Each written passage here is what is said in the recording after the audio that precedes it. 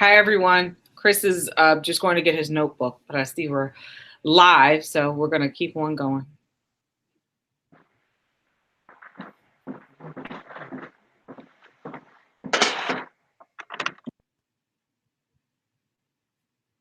Griffin. I'm here. It's an honor to be with you today.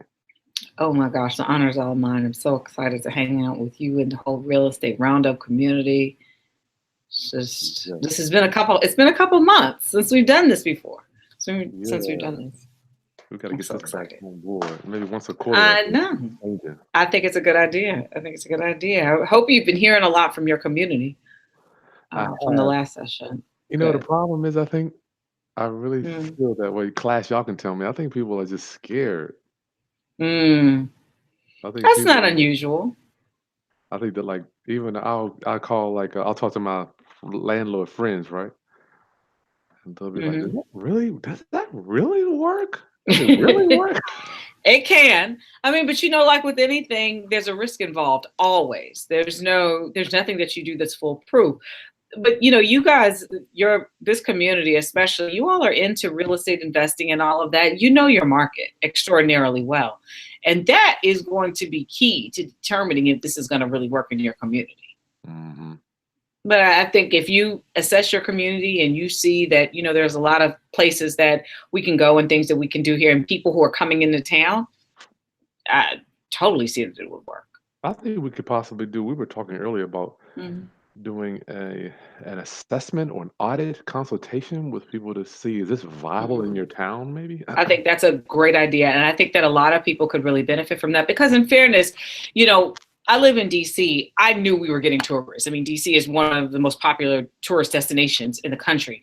So it wasn't that hard for me. But I do recognize that if you're in the middle of what you may feel is nowhere and you're like, why does anybody want to come here? There may be a concern. And that could be true.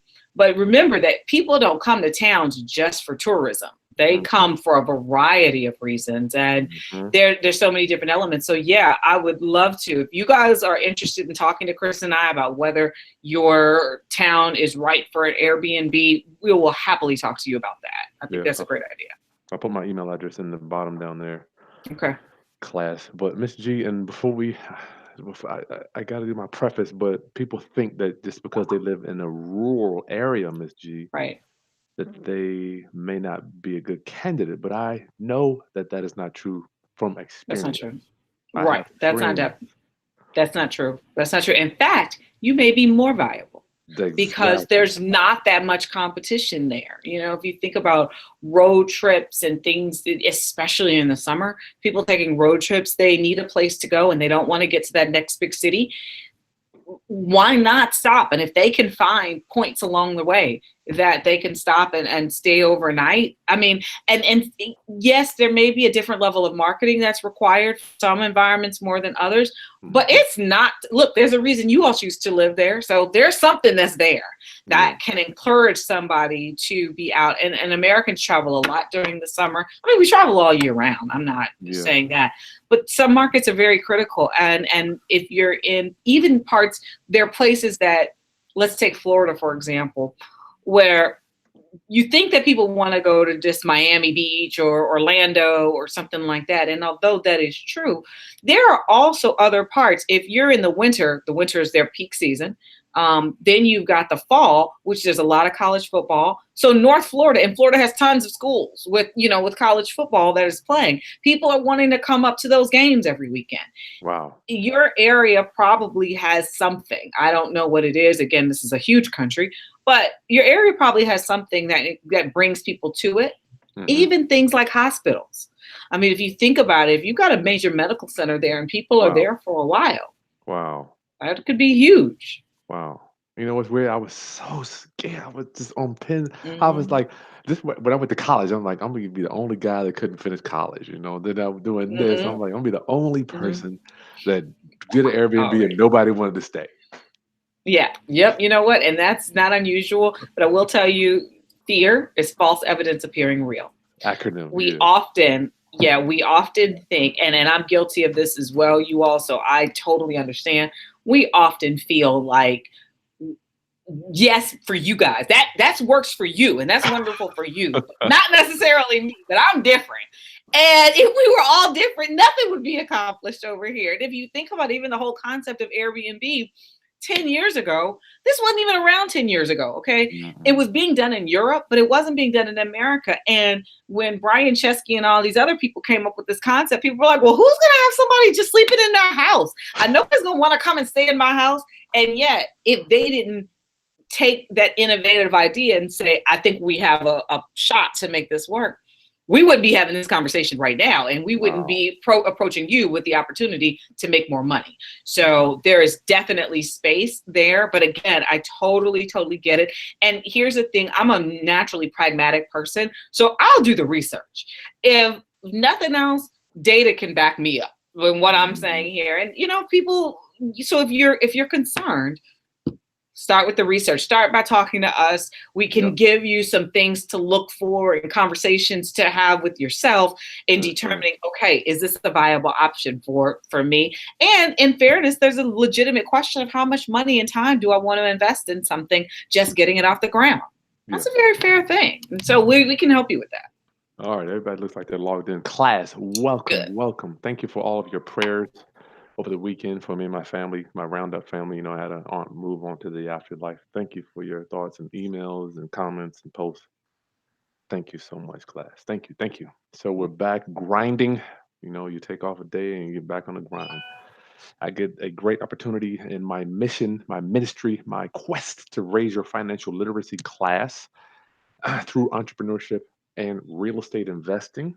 I get a chance to hang out with my good friend, Simone Griffin. What up? Hey, and just so you all know, through the class, Chris is trying to be nice and professional right now. He calls me Miss G, so don't get alarmed. Don't wonder who he's talking to. He's gonna eventually try to call me Simone for like the first 15 minutes, and then he's gonna revert back to Miss G. It's totally okay. It's the same person. It's all me. You all can call me Miss G too. It's totally fine. Miss G, you're right. How many times? I don't even know how many times I'll call you Simone. 3. Just 3. Class. And we've known each other for 20 years. That's wow. Good God. Yeah. We have both matriculated. Yeah. Did you hear that word before you went to Hampton University? I highly doubt I did. I highly doubt I heard of matriculated. Oh, the gems of going to Hampton University. HBCU pride, you all. Oh, yeah.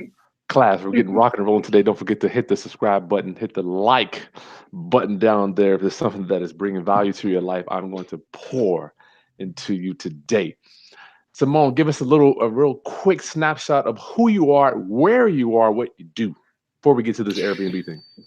Sure. So as Chris said, I'm Simone Griffin. I actually work with my family. I'm in the DC metro area. I work with my family in homeownership. So this is what we do. We assist people who are quite frankly concerned about getting into homes, whether they can afford a house, whether they qualify, what have you. They don't know anything about the mortgage process. They don't know anything about buying a home, but they're very interested in that. So they come to us to see, A, can I? B, what do I need to do? How do I move forward? And we walk them through the entire thing. We show them, okay, this is what you need to do with your credit, and this is what you need to do with your savings. This is the down payment money that's available for the area that you want to buy. This is what you can afford, that kind of thing. So that's what we do. We've been doing that since 1995, and I became an Airbnb host in 2014. Gotcha. So for the two people that don't know what short-term rentals are and Airbnb, what is it? So short-term rentals are basically when you are you're renting a space out for less than 30 days, typically. And for most jurisdictions, anything over 30 days is considered a long-term rental. Definitely over 6 months is a long-term rental. But with a short-term rental, you don't have a lease. You don't have any things like that. You have other protections in place, but you don't have a signed lease with a specific guest or person. You've just got okay, I'm welcoming you into my home for anywhere from 1 to 30 nights or longer. My current guest has actually been with me for 2 months now because she's on a work project. So, we do that for a short-term basis, and then she leaves and I get paid through the Airbnb platform. Very nice. Very nice. So class today, and we wanted to just introduce you to this Airbnb thing. Miss G has been doing this for way longer than me. I've only been doing it for about 6 months, but I am seeing the light here. And as I try to make sure that I'm an entrepreneur, I don't want to leave any, I don't want to be blind to any type of business venture or any type of income stream that will work for me and my family. And it's very challenging to focus on doing business, but also keep the radar open for new things. I'm here to tell you, it isn't Always. easy. It's But not easy. Miss G, what brought you to Airbnb? What is it that kind of got you into it? Well, quite frankly, I was not getting tenants in my basement unit. I ended up, I have a basement unit, a lower level in DC and other major cities with a lot of brownstones and row houses and all of that. They may have basement apartments. So I have a basement apartment in my house in DC, and I had long-term tenants, and I was focused only on long-term tenants. I had no desire to go to short-term, but I went 6 months and did not have any short-term tenants. I mean, sorry, any long-term tenants. Nobody was biting. This was still during the recession. It was 2014, so we were coming out of it, but we were still feeling the effects. I typically rent to college students. Quite frankly, there's also a boom in multifamily housing in DC right now. So I had a lot of competition. And so one day I had a friend come over and he was like, oh yeah, I'm doing Airbnb. His employee was coming in town from Charlotte on a regular basis on a work contract. And he was like, well, every time he comes, he stays at an Airbnb over on Capitol Hill, which is about 10 minutes away from me.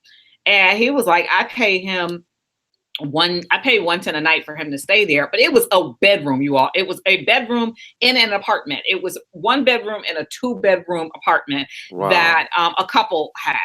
And I was like, well, if this couple is getting $110 for a 1-bedroom shared apartment, this is nothing separate. $110. You're talking about $100. $110 per night. Oh my Lord. Per night. This was 5 years ago. Now, there's a whole nother element of that. But the bottom line is that they were getting $110 a night. And I was like, wow. Well, imagine what I can do with a full apartment, which is a 1-bedroom apartment. Now, the neighborhood is not as great as Capitol Hill. So I knew I couldn't come in and necessarily charge that amount because he was really paying for location more than anything else. I was like, but I could figure out a way to do this. And so I started with Adrian, actually. He did agree to have his employee move over to my house, and I furnished the whole place. I mean, I furnished it in 3 days, y'all. I took the day off. I went to somewhere and I got that place laid out. I moved stuff from my house down to the basement because I was not leaving money on the table. And we will talk about staging at some point. You don't have to do a whole lot. But I moved everything down. I had that whole place furnished within 3 days. Wow. And the guy came and he stayed for a month. And by the end of that month, I was listed on Airbnb and I started hosting. Nice. Okay, class, I want to make sure I remind you, our format is Miss G and I will go back and forth, and then we'll do some Q&A at the end. And we're also taking a lot of these questions for masterclass that we're going to be doing in the future. And please put questions here so we won't be able to obviously go but so deep in an hour and a half, but we plan on doing a masterclass where we'll take each question and do a module to walk you step by step into your own Airbnb. So please, if you're interested in that, also shoot me an email too. Mm-hmm. Okay, Ms. G, so we wanted to talk about how you have been so successful, and I love the fact that every time I talk to you, you're on the ball with this stuff. And the first thing you were talking about with your demeanor and being professional. Tell me a little bit about that. So yeah, I was telling Chris earlier today that this woman came, she needed a space. She was in DC for a couple months and she was moving out of one space and wanted to move into another. And so she wanted to just check my place out and see what it would be like since she was local. And so I showed her the house. And when she was leaving, she was like, oh my gosh, you are so professional. And I was like, well, first of all, thank you. That's a huge compliment. But is there another way to be? It never occurred to me that people were not showing up, because at the end of the day, this is my home and I want to welcome you in and I want you to feel loved and warmed and taken care of. But this is a business and people do business with those that they know, like, and trust. And so if you just don't answer, and I can tell you one huge tip that needs to happen. Sorry, guys. One huge tip that you want to make sure of is that you respond to these people, these inquiries fast, and you try to give them as much information, but at the same time, you certainly don't want to spend your entire day answering the exact same questions. So what you can do is just when you set your platform up, put your platform in, put any questions you frequently get asked, put that on your profile. List that on your profile, show all this information about what's nearby. Like, I just got a lot of questions today. This woman is reaching out because she's like, oh, I'm bringing my kids. Are you within walking distance of the sightseeing? Again, y'all, this is DC. Sightseeing is everywhere. I need more information. But I responded within 10 minutes. And the very first thing that 90% of my guests say is, thank you for your prompt response. I'm really appreciative of that. It gives me so much information. Thank you for the details. And I can only answer but so many questions, but me responding in the first 10 minutes is more likely to get me that booking than me sitting around and waiting for 6 hours. That's a small bit of professionalism. And look, I have standard responses on things. I mean, my phone, of course, with smartphones now, they start to know what you're going to say. My phone knows what my response is. But I even do small things like, as soon as the guest books, thank you for booking with us. Welcome to Washington, D.C. We look forward to meeting you in May. That's it. That's all I say. That is 3 lines. We look forward to meeting you in May, and that's it. My brother is my co-host. He does a lot of getting on the phone with them. Now, I don't do the whole phone thing because I got a job, but Ashlyn gets on the phone with these people. We'll talk to them about their entire lives and everything else. And we are super hosts because of that level of professionalism and care and concern. Now, let's stay there for a minute. You were talking about, one of my notes here was talking about a co-host. What do you mean by that? What is a co-host? So Airbnb allows you to have someone else also view everything on there and kind of they can't make every decision for you, but they can do a lot of things. So I'm Ashlyn's co-host on one of his units, and then he's my co-host on 3 units, actually. I guess I'm reviewing everything that we've got going on, but what I can't do with Ashlyn's unit is I can't look at the dollars. I can't download I see how much he's made. Like, Airbnb sends an email to say, you'll receive X amount in 24 to 48 hours. I see that, but a full on breakdown, which Airbnb gives you an Excel document to say how much you have earned per year. I don't have that access for Ashlyn. Ashlyn can't request for my units. Ashlyn can't do a resolution with a guest on some of my units. So their opportunities are limited, but they can communicate. So I can communicate with his guests, like the woman I was telling you about. She's actually Ashlyn's guest, and Ashlyn's in China right now. So I'm communicating with her, going back and forth. She sees this as Simone. She knows the place is hosted by Ashlyn and Kathy, but she sees that I'm Simone, and she knows that she's communicating with Simone, and vice versa. And that's okay. So that works very, very well. I have been out of the country before, and guests have sent a message, and it's been an emergency and whatever. And Ashlyn has been right here able to answer that. And that's incredibly helpful. Yeah, I have a host too, a co-host. Yeah, I would say, man, wow, because sometimes you might not even see the message. Exactly. You might not. And that has happened to me numerous times where I'm in a meeting, I'm working, I don't catch the message. Ashlyn catches it. And that tag teaming is incredibly, and then my sister-in-law, Kathy, his wife. So between the 3 of us, we're basically operating 4 units. And that's incredibly helpful. Nice. Yeah. So let's talk a little bit about repairs. I know for me, I was so nervous. I thought people were going to come in there and just ramshack my property, tear all the pieces. Tell us about the condition. As a matter of fact, I just did a video of an Airbnb checkout so people can see. But Ms. G, you tell us your experience with how are these short-term tenants keeping your unit? Typically, the wear and tear is fine. We do have to go in and check the unit after every single stay.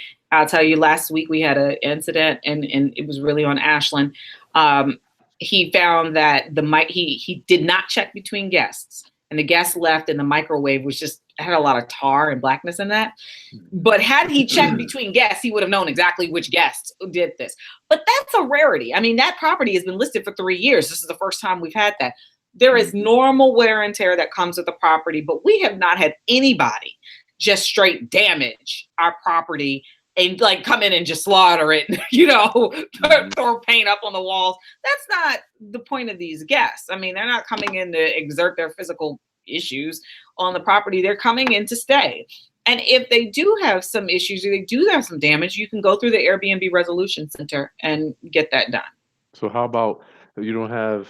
Well, for me, it was like I was thinking they'll never hang a picture, so that I don't have to worry about Right. fixing any sheetrock. Have you had You any don't. sheetrock issues or any type I of? haven't had any sheetrock issues. We've had to repaint because there's some stains that they may leave. But I mean, look, that could be from running your luggage down the wall. And again, kids, oh my God, kids cause more damage than adults.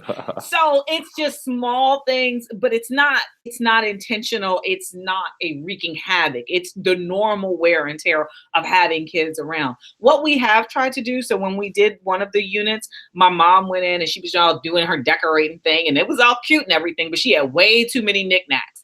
Yeah. And we ended up removing a lot of those things because that's the kind of stuff that if you have a 7-year-old running in, they'll just accidentally break it. But it's not intentional. There are ways that you can get around that. And I really wouldn't worry about it. But the biggest thing is monitoring between each and every guest, doing a checklist, looking through, making sure that there are not any issues. Because if there are some issues, you want to handle that right then and there.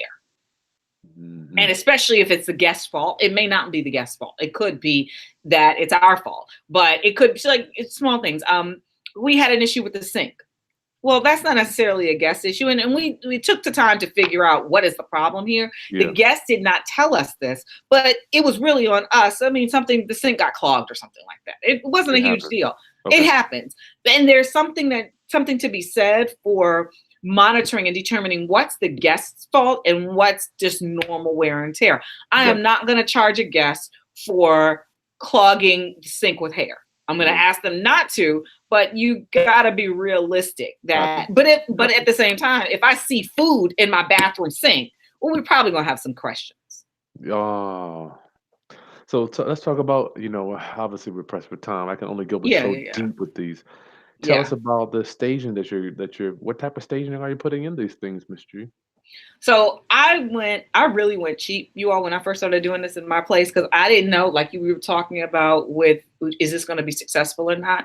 I didn't know if this was going to be successful or not. So when I say cheap, I don't mean it looked cheap. I just mean it wasn't expensive because I really wanted to make sure I'm not going to go to the top furniture store in the city, the most expensive furniture store in the city, and buy this stuff. I don't know how long this is going to last. I don't have the money to invest on the front end. So I went to a place, but it looked decent. It was perfectly fine. And after a while, I made enough money off of this that I upgraded. And I will tell you guys that I haven't had any major issues. I had moved furniture from my house down to my basement unit, and it's totally been okay. This is nice stuff. It's no problem. The only thing that I've had to do is I've had to replace the bed 3 times, and you all can imagine why that is. And as I've checked with actual hotel people. That's the one thing. The bed is the most used thing in the whole space. So the bed is the one thing that's going to be replaced over and over again. I still get decent beds, but I just don't spend top dollar on those. And it's fine. What size bed are you putting in the bedroom? I put a queen size bed, but that's because my space, if I could have put a king, I would have loved to, but my space just is not accommodating to that. Yes, I have found no. Do not put a full size. If you just have no space, then obviously you do what you have to do. But put the largest bed in there that you can, based on the to accommodate the space. But I had a full originally, and then I upgraded to a queen, and I've gotten much better responses. Yeah, we put a queen in ours too. We always use a queen. Yeah, I have not a problem. Matter of fact, we have our bedroom so big. We put 2 beds in one bedroom. Ms. G. Now we can host six people. So we have that on one of our units. We have 2 twin beds.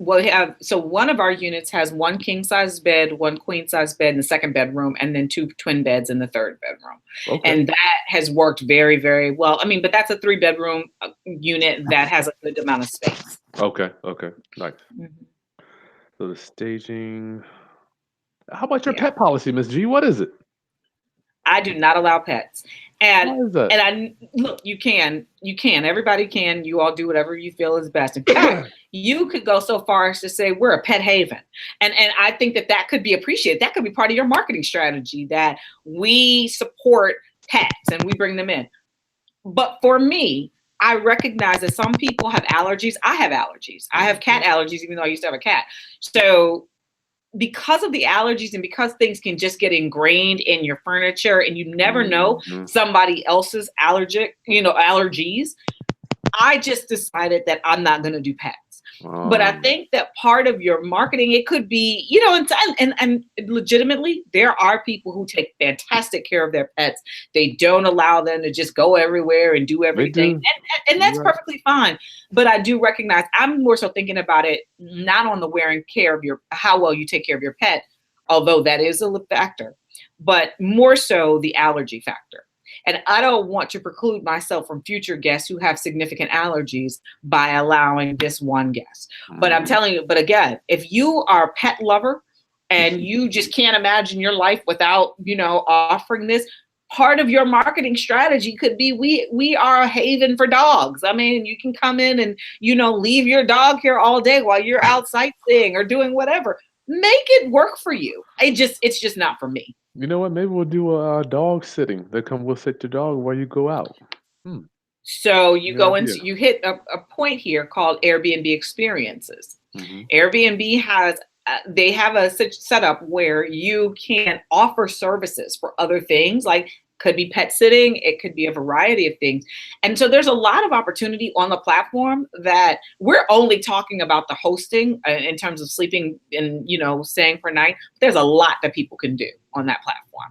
So if you want to be a dog sitter and that's what especially if that's something you do already, go for it. I'm thinking that's what I do. Shit, I watch the dogs already. I do exactly. You can just add on. I will add your dogs to my mix for $15 a day or $50 a day. I don't know how much. Whatever. I don't think they would. I don't think, to be honest, when I travel, if I could bring my dog, it's almost like the fee. I don't even think about it. You just exactly. And so imagine, and we're hitting on a part that you just said that we talked about earlier. Though, imagine the people who would love to travel, but they're like, but I don't have anywhere to take my dog. This could be it. So start thinking as we go back to that point that we were talking about before, is Airbnb hosting right for me? Think of, what do you need when you travel? What are you looking for when you travel? Can you be that to somebody who's coming into your city? I tell you, for me, I like privacy. I don't want you to bother me. I probably will never stay in a shared Airbnb unit just because that's not my style, but people love it. I don't like it. So what I do is I make sure to offer people a lot of privacy. I'll call you. I'll make sure you're okay. But other than that, I'm leaving you to yourself. You go off and do whatever makes you feel good. And when you leave, you leave. That's what you get from me, because that's what I want from anybody that I stay with. Gotcha. Now, I had another note here to talk about how important is it to have the right cleaning team on your staff regarding turning these things around. Oh my God, it's so important. Let me tell you the number one thing that I notice cleaning people mess up on: not showing up. Okay, this is why you need to have it. They don't understand. This is a business, and this is why you need to have a backup cleaning team. But think about what happens. You have to have a cleaning team and a backup cleaning team, because they may not understand that this is money. Okay, that this is important. Them not coming between 11 and 2, this is not like your personal home where they're like, oh, I may not be able to come on Saturday. Can I come on Sunday? No, we have a guest. I'm gonna need you to be here between 11 and 2. The reason, my cleaning person, a lot of people have issues with her, but I love her. And I'm gonna tell you, she and I, we go back and forth. We do about 3 times a year. We cuss each other out. We have a relationship like that. But this lady shows up on time. She does a decent job. And yes, I have had to come in there a few times and question some things, but for 9 times out of 10, she gets the job done. And I appreciate her, but she shows up. She is not late. If she can't come, she sends her sister-in-law or her daughter or somebody else. She makes sure my place is clean. But we had that conversation at the beginning, which was, look, you cannot not show up. And if you cannot come, she's had times where she's on vacation, and that's fine. I have to just find somebody else. But she can't not show up, and she can't not do a fantastic job. And she has gone in there and done things like, my shower curtain is really dirty, so she's actually brought her own backup shower curtain.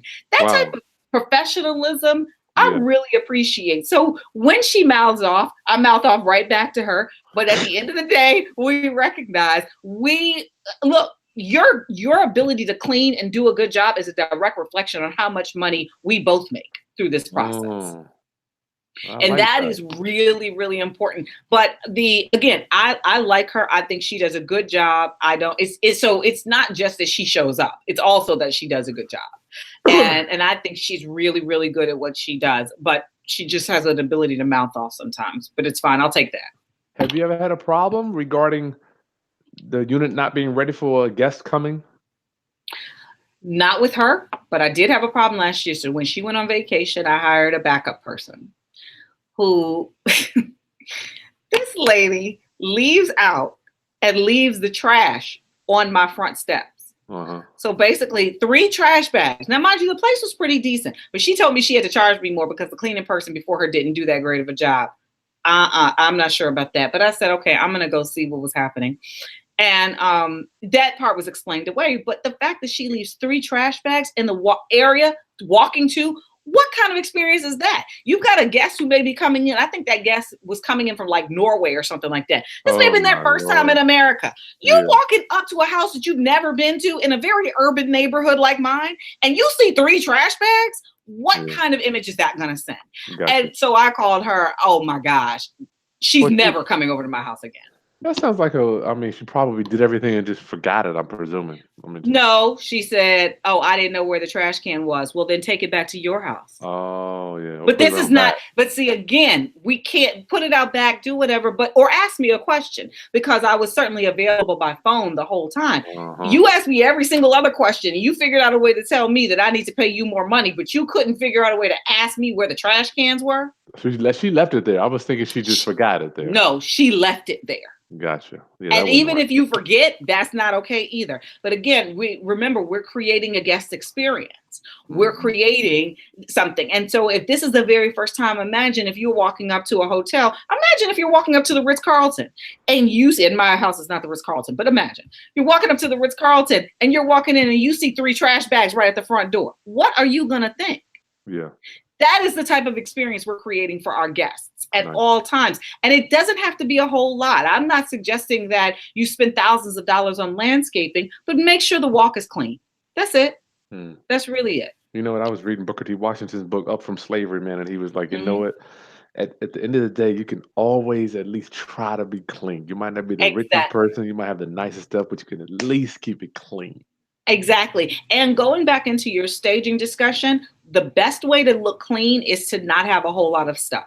You don't need it to be sparse. I'm not saying that you just got a bed and a table and nothing else, but you don't need a whole lot in order to make the place look decent. And I'm telling you, the less stuff, we can Marie Kondo our way all the way through this staging, because the less stuff you have, the better it's going to look. Exactly. And the cleaner it's going to be, the easier it is for the cleaning people. But when you have, like I talked about with my mom, putting a lot of knickknacks in that unit, that created problems. I mean, that it wasn't being dusted well, or things fell, or, or things broke. And I just didn't want to make that difficult for my guests and for my cleaning people. So I do have art on the walls, but I don't have like tons of art, but I have enough to where it looks like, okay, it's lived in.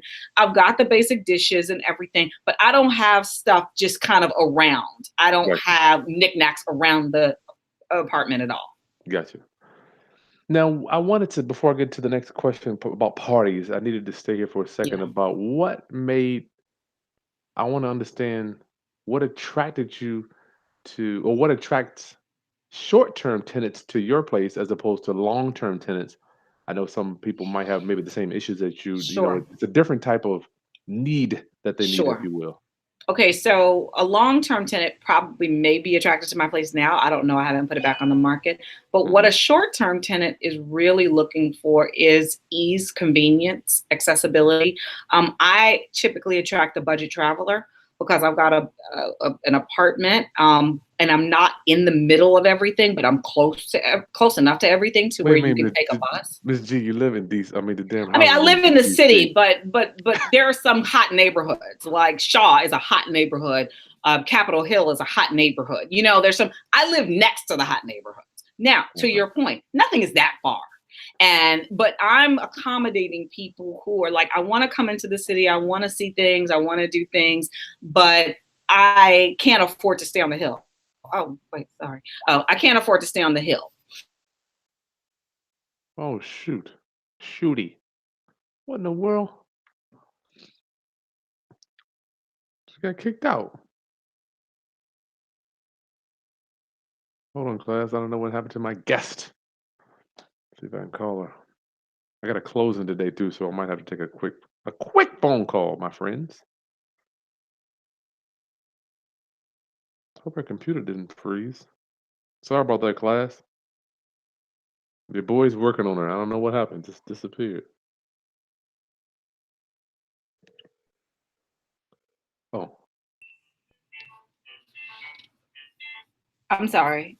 I don't know what happened.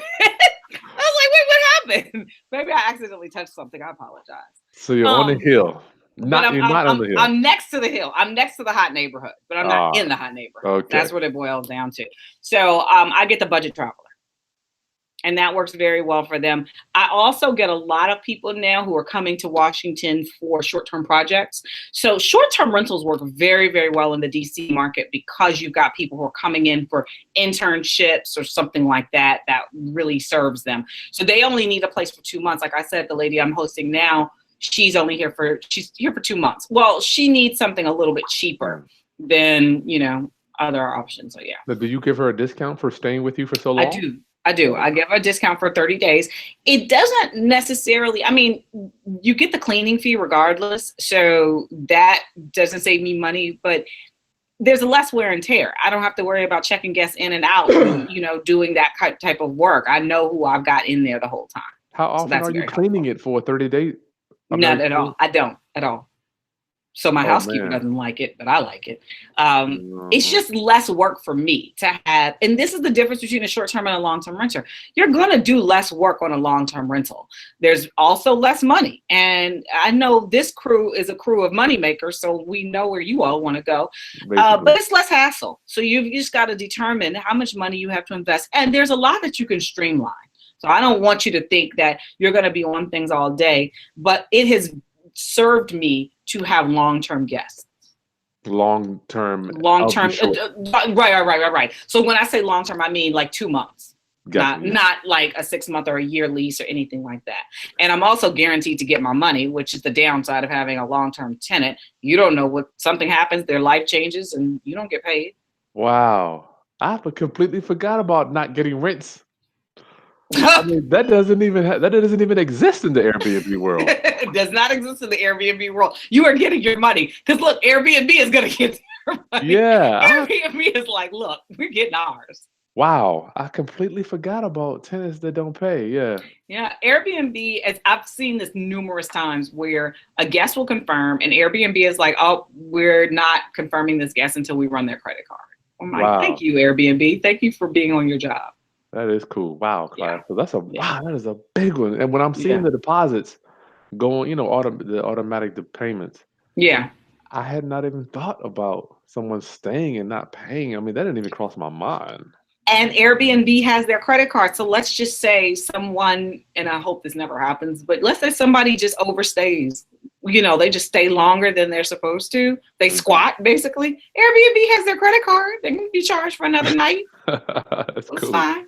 I'll just call Airbnb. I'll call Airbnb all the time and be like, look, such and such is here. They won't leave. But that would be a squatting situation. That's also illegal. So. Nice. Okay. That's never happened to me before, you all. Class, thank you for hanging out. If you're just joining us, we're rocking and rolling with Simone Griffin today, talking about how to get started in Airbnb. 2 more questions, and then we'll get to some Q&A. Class, make sure you throw your questions down there in the chat box. Give us a thumbs up, and share the content while we're online. Ms. G, we talked about people staying. You don't have a problem with that? I think people might be scared about. What if they don't move out? I don't have an issue with people leaving. Not have a problem. Okay. They're here for a short term. They're not local people, so they have a flight to catch. For me, I wanted to just share, and I want to ask you. I thought I was going to get, when I went into it, right? I was thinking, since I'm 30 minutes from Virginia Beach, I thought all my people were coming to go to the beach, right? Being vacation rentals and all Sure, that. sure, sure. But now I'm looking, people are coming for graduations, weddings, Absolutely. coming for baby showers. I mean, it could be anything under the Just sun. to see family. I mean, you're also near Langley Air Force Base. You're near Busch Gardens in Williamsburg. I mean, your location is actually ripe for travelers. And you're right. But this is what happens. People don't necessarily think about all the reasons somebody would come to their area. And there really are a lot. And it's mostly just like you're talking about, that daily person, that person who's just like, well, I just need to come in for a weekend to see my grandkids. Yeah. And I don't have any space. And I've gotten those people a lot. Grandparents who are coming in, their kids just had a baby, and there's not enough room to stay at their house, but they want to stay nearby. So they choose my place because it's around the corner from their kids. Nice. Yeah. Yeah. So I'm getting people, Miss G, that are text messaging me, and don't forget, I've only been doing it for 6 months. They're asking me, they enjoyed it so much. They're already asking me to book the next time they come in town. Are you getting repeat people too? We do. We just got a booking yesterday for a repeat guest. They came last year. They were like, we loved it. We had a ball and we want to stay again. And so we do that. We may or may not offer them discounts. We didn't this time. They just booked. It depends on the situation. It depends, on a variety of things. By the way, I don't typically offer discounts. I offer discounts on length of stay, but I don't offer many discounts on other things. Gotcha. Just so everybody knows. So the last thing was parties, Miss G. I get people, as a matter of fact, people that even live in the area, they want to come rent my place for the party and go home. What is your thoughts on hosting parties? So first of all, I always appreciate anybody for being honest and stating that this is what they're trying to do versus just coming in and renting the space and not saying anything. We've gone back and forth on this because my brother has been thinking about that for one of our units as well. We've run into this thought.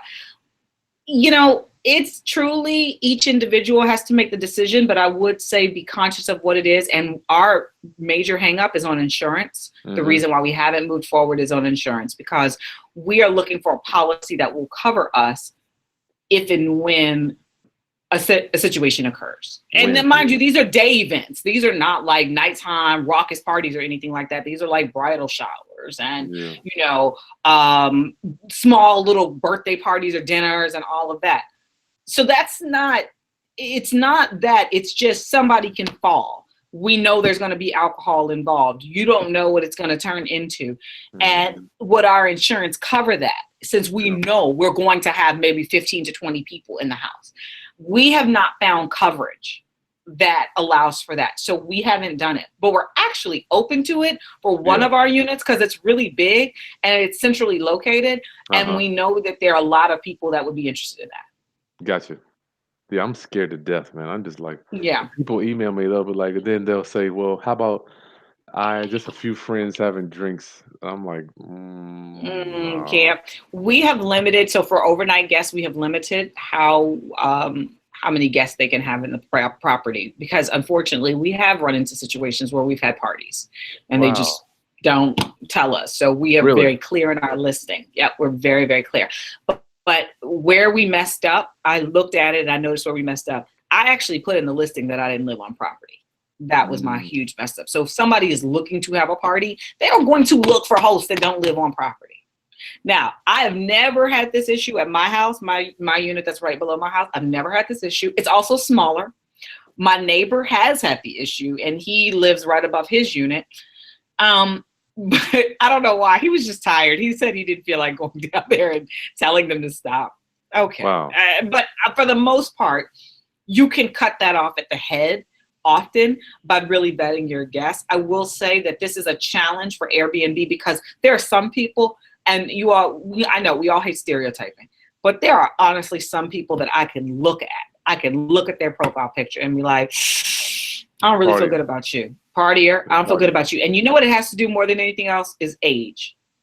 I can look at them and I'm like, I had this girl, she was 18. I'm coming in to celebrate my birthday with my girlfriends and we want to get together. And Airbnb, rightfully so, has banned a level of discrimination and they've made it even harder to discriminate. Rightfully so, people were often getting discriminated against. At the same time, I have had too many instances where I've had people, I'm like, something about you just doesn't make me feel like you're going to treat my place with the respect that it deserves. And sure enough, I was right. So it was a gut reaction. I could not control for it. Ashland actually went over there. He met the guests in person. With these instances, he met them in person. He was like, we're going to stay downstairs. He didn't stay downstairs, but he tried to put a bunch of things in place. It didn't work. Wow. What happened? We learned. What happened, or y'all just turned them down? Oh no, she had a party, but what she did is she had a lot of alcohol, so it was excessively dirty. So we charged more for the cleaning, which we had to because it was too dirty. Lord. But we can't guarantee the number of people that she had in the house. It's not like the cops were called or anything. So we put a number of people. You can't have maximum. She could have had below the number that we put. But God, the dirtiness that they caused, just the mess. Really? It was terrible. All right, Miss G, that's all the questions that I had here before we get to our Q&A. Anything you wanted to add before we do Q&A? No, but one thing I will say is, first of all, I may have to switch because I noticed my computer's on 5%. But beyond that, you guys, look, get your charger. I know we're left it at home. This is such a problem for me. I don't know what I'm doing. Anyway, you all, I just want you all to know, though, more importantly, I'll stick around. More importantly, I just want you all to know, though, this is definitely a viable option for you. I would not have bought a unit thinking of Airbnb, but I have to say I'm glad that I'm doing it now. There are a lot of laws that are coming up. Cities are trying to stop Airbnb because of the affordable housing crisis, which is quite frankly legitimate in many cities. But if you're in some markets, you can do extraordinarily well. This woman, I just heard about this woman in New York. She's in Queens, maybe, or maybe the Bronx, Queens or the Bronx. It's her own 3-bedroom apartment.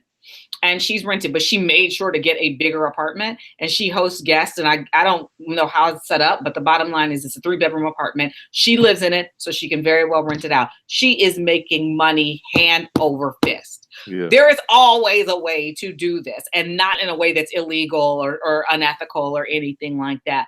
And if your community is in an environment that could be facing legislative issues that would ban Airbnb, as a host, especially if you're a host that hosts on property, where you live, go and talk to your city council, because they're not going to want you to not make money. Mm-hmm. So there's a lot of options, but that's not the case with most cities. That's the case like with San Francisco, DC, New York, LA, places where there's a serious housing shortage. Yeah. The bulk of the country is not like that. So I'm just putting that out there for any of you guys that are concerned about that. All right. Cool. Well, I can get you back on your cell phone if you want to do that before we start. I still have your link. You keep going. I still have your link. I'm just going to do it from my iPad. You can do you can log in with another device. It'll come right on. It'll just at the same time. Perfect. You have to cut one off.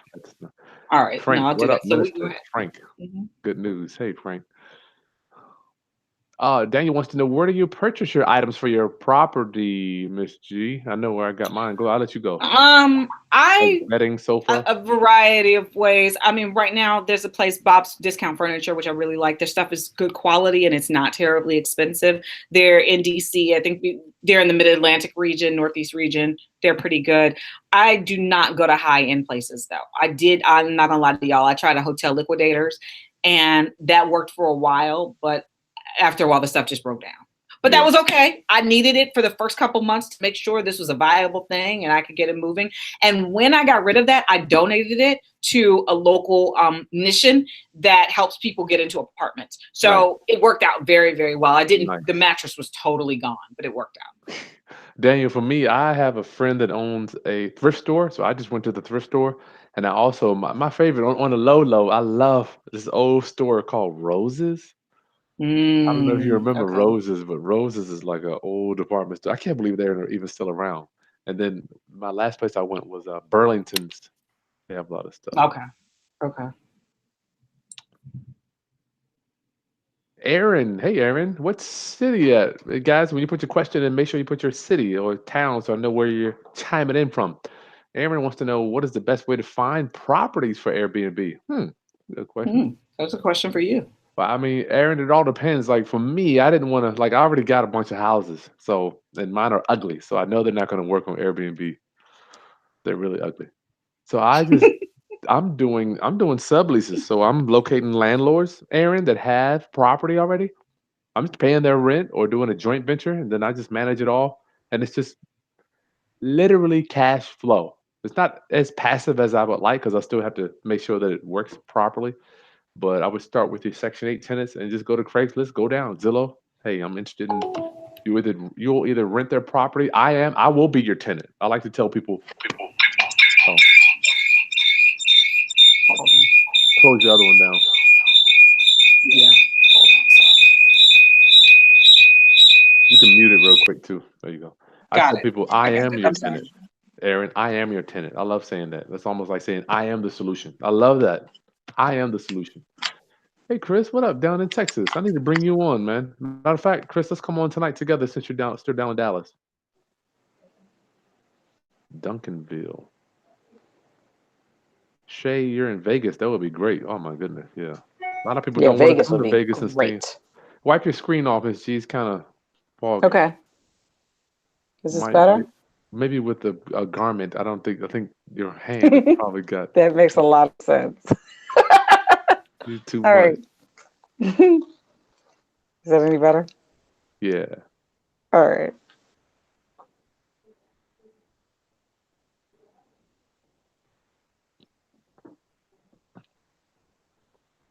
Daniel wants to know Simone, how much do you spend on your repairs? I know there are teens who party pretty hard. Not a lot. I don't have a whole lot that I spend on repairs. We are fortunate that I would suggest that you find a good handyman that can really get you through. Most of the stuff is normal wear and tear. Remember, these people are staying an average of 3 nights, so it's not a huge lift. But if you get a good handyman who can come in and just do basic touch-ups and, repairs and all of that. My biggest repair is a sink clog. My bathroom sink gets clogged often. Mainly, it's not so much people are putting a lot of stuff in it. It's more so that the sink is just, when you are a homeowner, you're going to take a little bit more care of your property than when you're staying at a hotel. So, and a bathroom sink is naturally a pretty small pipe. That pipe is a small pipe. So that's what clogs most. I have a guy, he sometimes charges me $30. Sometimes he doesn't. If I flirt with him enough, it's fine. That's much. The truth. Right. Hey Maria, do I talk on tax liens? Well, I don't have any knowledge on it because we don't do tax liens in Virginia, Maria. But I got my boy Eddie that does it down in Georgia. So just search through my channel and just type in tax liens. We did a whole webinar training on that.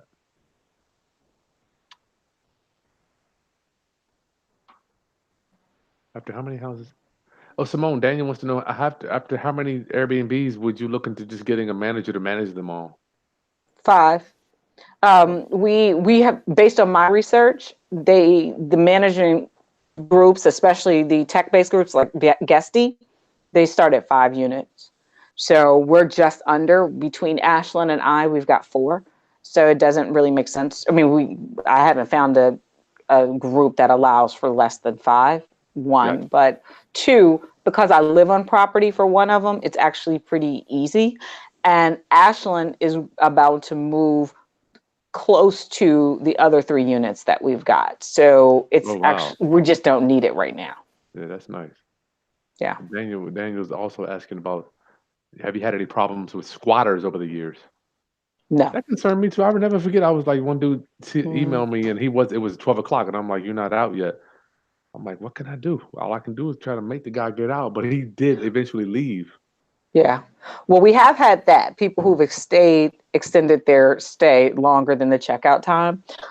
My cleaning person is usually, she's not going to be, she's not going to enforce them getting out. She's just going to call me and say, why are they still here? Yeah. And I just communicate with them. And typically they leave.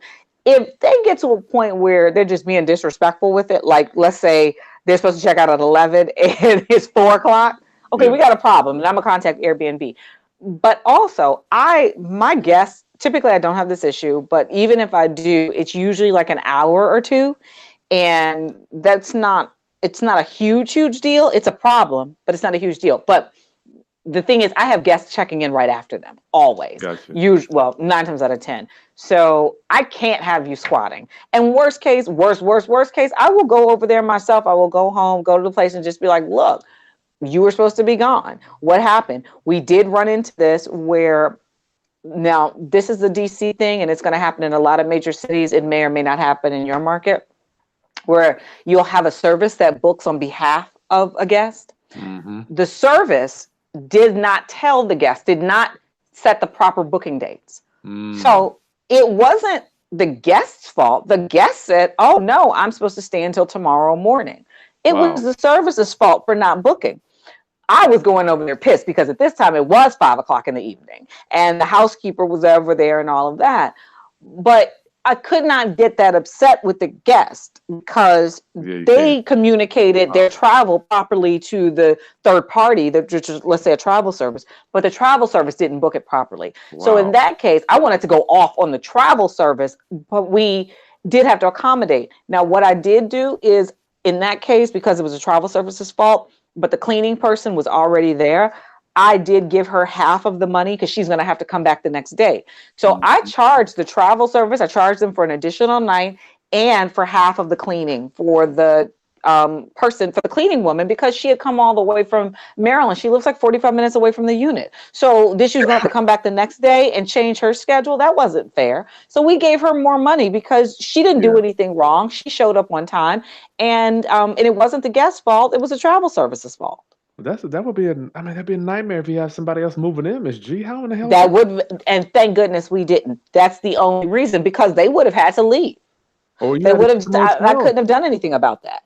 Yeah. Oh, but I would not have done that because that wasn't on me. I'm going straight by the travel agent. Wow. But I wouldn't, and we were fortunate. We were fortunate that we did not run into that. And the other part of that was that when I went down to the place, the main guest wasn't even there. It was a visitor of the guest that was actually there at that time. So I was like, oh my gosh, then the guest was from India or something like that. So I couldn't call him or anything. It was so many things, but we worked it out. Nice. We were fortunate that we didn't have somebody checking in the very next day. Daniel also asked, would you consider switching your unit from, I got to paraphrase as I'm reading, from Airbnb back to a standard tenant, Miss G? I plan to. Not now, but when I move. I love Airbnb, but it is work. It's work. For the money. And for the money. And you sometimes, as you all know, if you're in business, sometimes it's worth leaving some money on the table for the ability to go off and do some other things. Yes. While I'm here, while I'm on property, it absolutely works out. While Ashlyn and Kathy are helping me co-host with the other units, it's fine. It works out. But whenever I leave this house, I move out of this house, I will definitely be switching back to long-term tenants. And again, no issues with Airbnb. It's just the time that it takes when you don't live on property is one thing if this is what you do full time. But I have another job. This is really a part-time thing. This is not my full-time job. Yeah. So I can't just leave and go handle a house situation, maybe that on the other side of town, when I have a full-time job. So I have to be considerate of my schedule. So yes, I've already thought about that, and I'm already set up to do it. Alex Tyler, he wants to know, does this work in areas that are not vacation areas? I think we touched on that briefly earlier. We did. And yes, the answer is yes, it can. But what you can do is just do some research. Maybe even if you're really concerned, you can even get in touch with your Convention and Visitors Bureau and find out, well, who's coming to town? Why do people typically come? They're going to tell you, because their whole job is to hype up the area. And depending on where you live, you could live in a region. So it's not like a CVB for one city. It could be a CVB for one area. But they're going to tell you why people are coming into town and what things you need to know, what type of events are happening. Get plugged in with the local happenings. But as Chris indicated before, he's got people who are just coming in to see family and friends and, just to send kids to college and pick up and drop off for that. You'd be surprised at the reasons why people come into your area. I've had some people, and it really is. I've had people who have booked because they wanted to do they're coming in to visit people in the hospital. Wow. You know, they want to see people. One woman said that her husband had been on dialysis, some health issues. But the bottom line was that they were booking for health reasons, and they wanted our place because we were 10 minutes away from the hospital. Wow. So that's it. Yeah, I think the most people come in for weddings, graduations. Yep. This past Absolutely. weekend, Busch Gardens opened this Saturday. I had people coming in. They just wanted to be the first day to go to Busch Gardens. And that's huge. And so what Chris is really showing you guys here is he knows his market. Winter is a terrible time in DC. Now, you can get bookings, but you're not going to get as much volume between, I would say, end of November and February, especially between New Year's and the end of February. You just don't get as much bookings. So I decreased my prices during that time. It's not down to nothing, but it's definitely lower than it is in the spring and summer.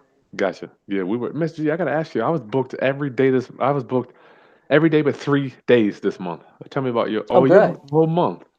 I was there, yeah, but I'm also booked I have one opening for 2 days in April. I'm booked all throughout May, all through most of June, and a little bit of July at this point. So people also make their stuff farther out.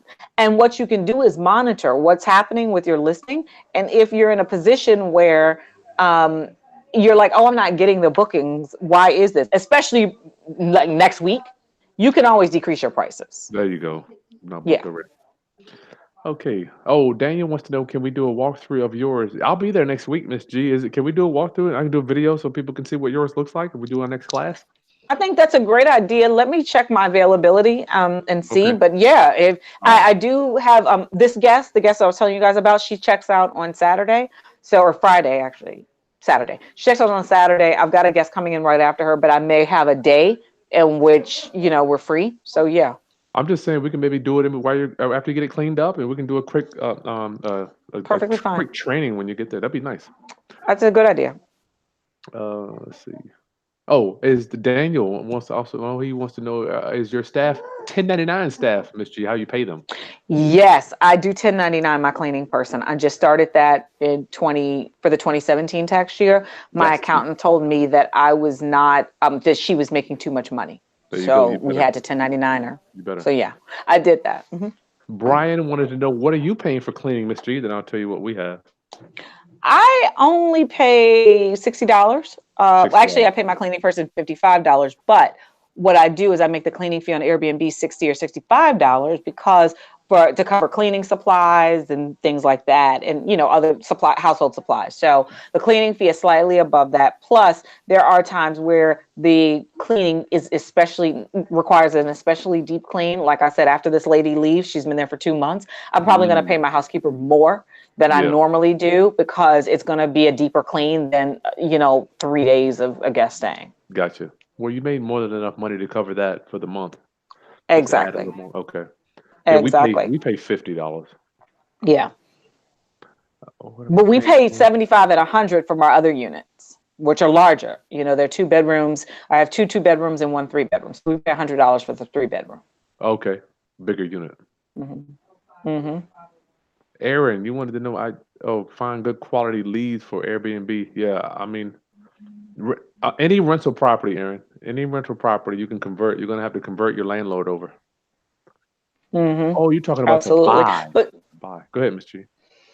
So you want to know what good units to buy? I would say look in the areas where there's a lot going on in your market. I mean, you don't have to be in a central business district at all. Again, my place I consider my neighborhood next to the hot neighborhood, but the value is that I'm within 10 minutes of whatever you need. And I charge a discount at a lower rate, definitely lower than you would ever get at a hotel. Yep. So you don't have to be in the middle of the central business district, but if you are, that's even better.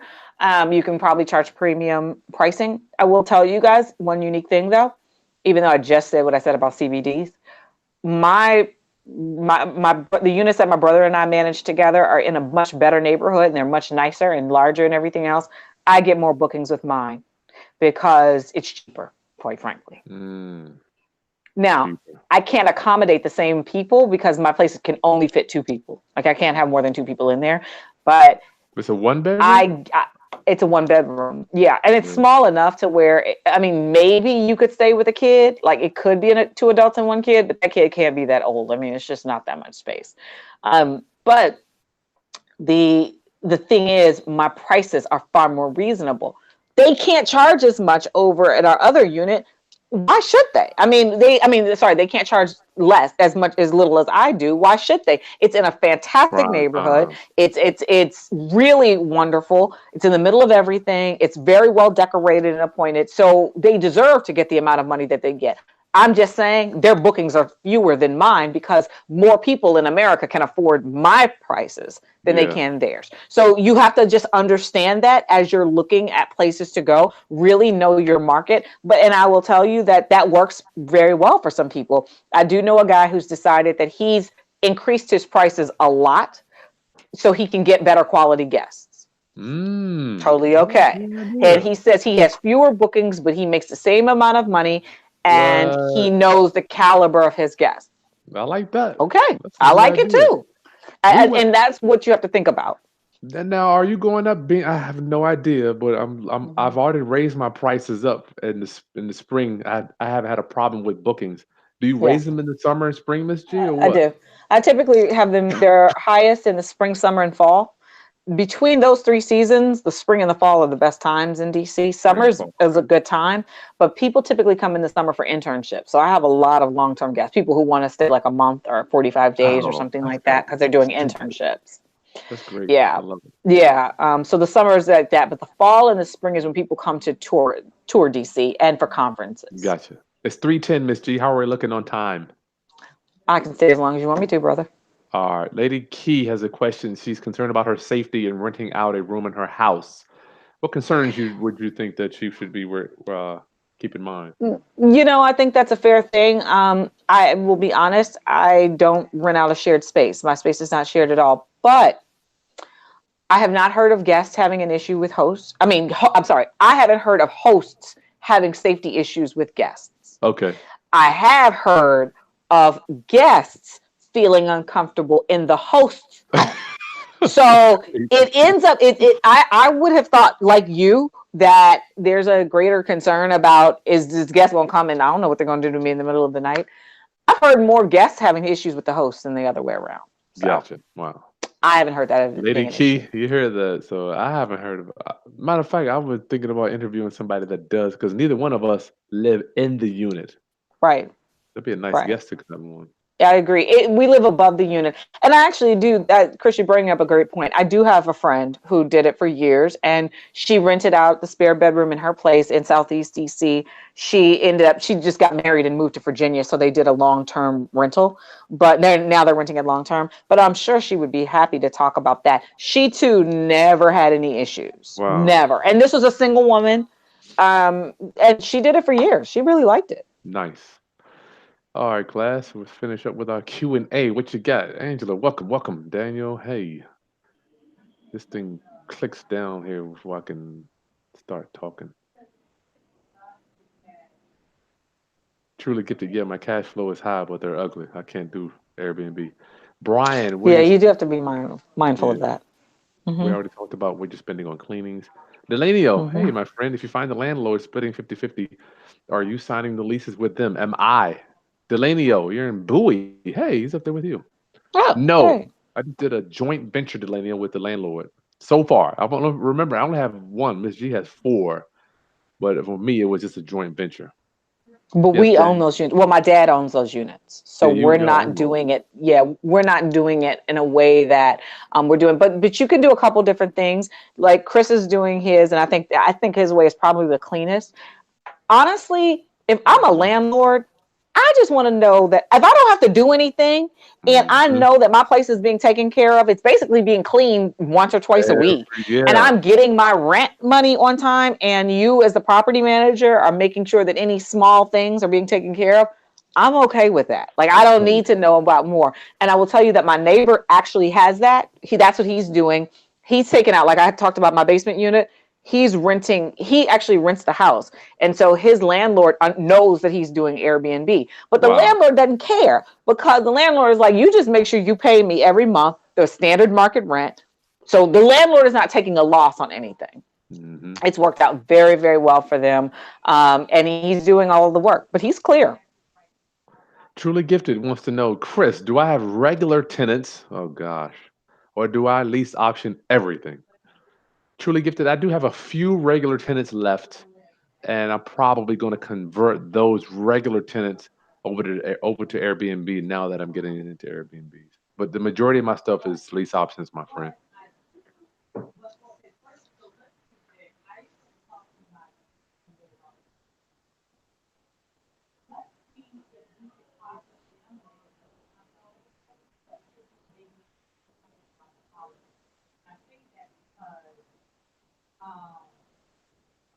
Angela said you are OG. That is true. Miss G is OG on this stuff. But you've been around real estate forever, though.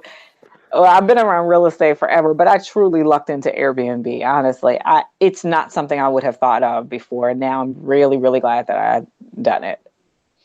Lady Key, we already talked about you renting that house, so we're gonna. She talked about. Well, I guess Miss G, she wants to know: do you think it's safe for her to rent a room in her 3-bedroom while she's living there? I mean, I guess we already covered that. Yeah, I don't think it's a problem. Like I said, I was thinking about one, but I actually know 2 people, single ladies, who have rented their house out, no problem. One of them when she listed her, she doesn't do it anymore. But when she listed it with she and her boyfriend at the time. So they had a joint picture on there together, and she made him come. Mind you, they weren't even together by this point, but she made him come and meet the guests a lot of times when she did it. And she felt more comfortable and safer. She also locked her bedroom door, and that worked out very well. She did not give them a key to her house. She only gave them access through like the garage or something like that. So she put in certain barriers to where they couldn't come back the next day or anything like that, and she never gave them a key. And that worked out well for her. Like I said, my other girlfriend, I'm not quite sure what she did, but I do know that just creating the illusion that, there's somebody else around.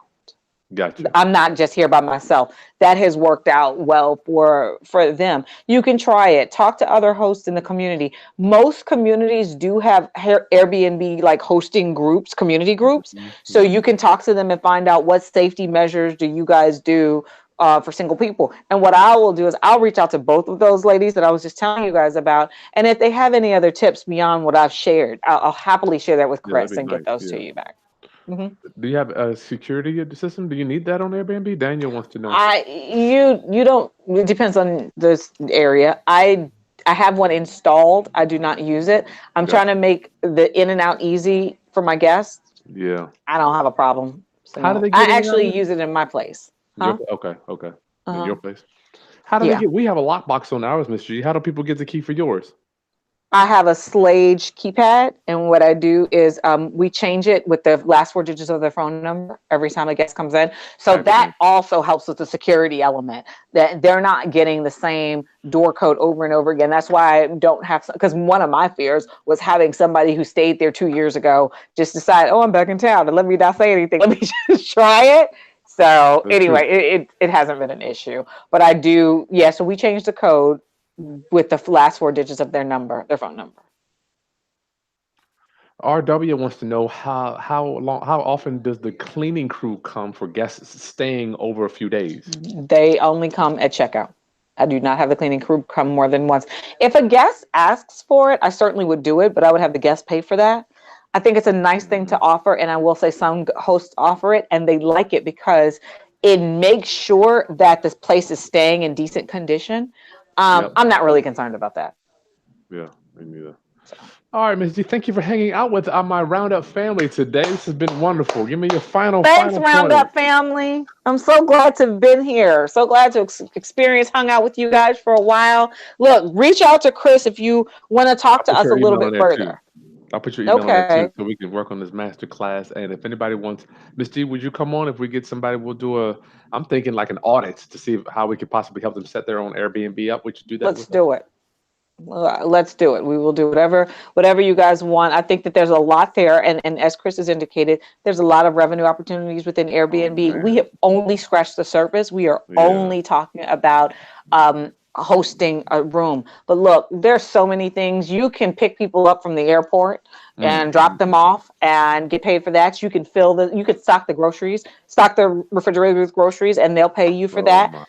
Think about things that you like in your life. There are always ways to make money. There's so many ways to make money, and this is and you can do it in a way that adds value to the guest so that they want to pay you, not in a way that's just stealing from them. Like we're not going for that at all.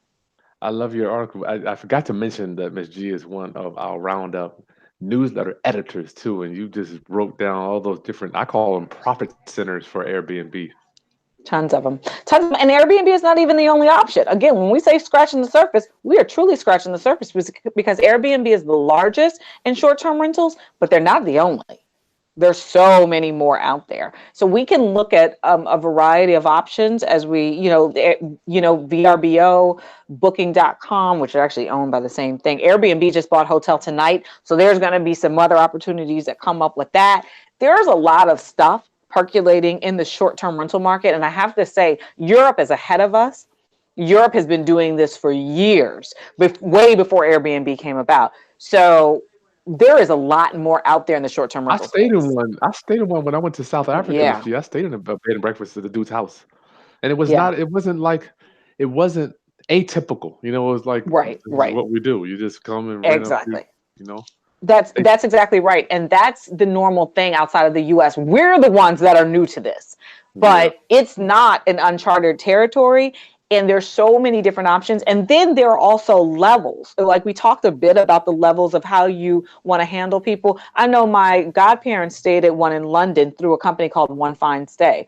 They're only available in certain European markets, and they're breaking into the US right now. But they got a cell phone when they checked in. They got concierge desk. They got all these different things. Now, of course, they paid for it. But think about how that is. If you're coming in from a foreign country, to have a cell phone and to have somebody picking you up and whatever it is, just making your transition into a new country. Think about how much somebody who has money would do that. I mean, not me, I'm a budget traveler, but there are people like my godparents, the ability to come in and say, we want to stay here. And the concierge is right there saying, let me recommend this restaurant. Can I make a reservation for you? Let me get you a car. That's a whole new degree of hospitality right there that you could do, that may set you apart if that's what you choose to do. Nice. Yeah. I forgot to talk Alex Tyler. He has a good question. Then I'm gonna let you go, Ms. G. We're talking about, he wants to know the income as opposed to regular rental, Ms. G. Could you just give us a snapshot of your average rental income for your unit on conventional rental? I make double. And the average. I will say I make double, 2 to 2.5 times as much. I also put out a little bit more in terms of work and time, but I also get to write off everything. Wow, nice. But 2 to 2.5 times as much as I would get on the long-term rental market. This is the same thing with my dad's units, with the 3 that Ashlyn and I co-host. 2 to 2.5 times as much, to the point where for what he has invested in that property, the only thing that he can do is sell it if he wants to make as much money as he's doing on Airbnb on the short term. He will never get the amount of money back on the long-term rental market. He just can't. I mean, people cannot afford to pay that much money. Well, they can afford it, but they're not going to typically. It makes more sense to do short term. That was Alex. Yeah, for me too. I have a 2-bedroom. Miss G has a 1-bedroom. I have a 2-bedroom. So I would be getting $850, and I've already told you this month we're doing over $2,200. I don't know what that is. Yeah. Just for the first month. I'm excited to see what's for the summer. You can do so much. Class, smash the like button down there. Don't forget to hit the subscribe button as well. Comments on what other Airbnb information you would like, or what type of modules or the questions you have. Share this content with anybody else that is doing Airbnb or might want to get into short-term rentals. Miss G, thank you so much for helping me serve. I'm so excited to be here with you guys. Real Estate Roundup. You guys are awesome. So thank you all for everything. Thank you, Chris, for this fantastic platform. Yeah. All right. I'll see you guys soon. All right.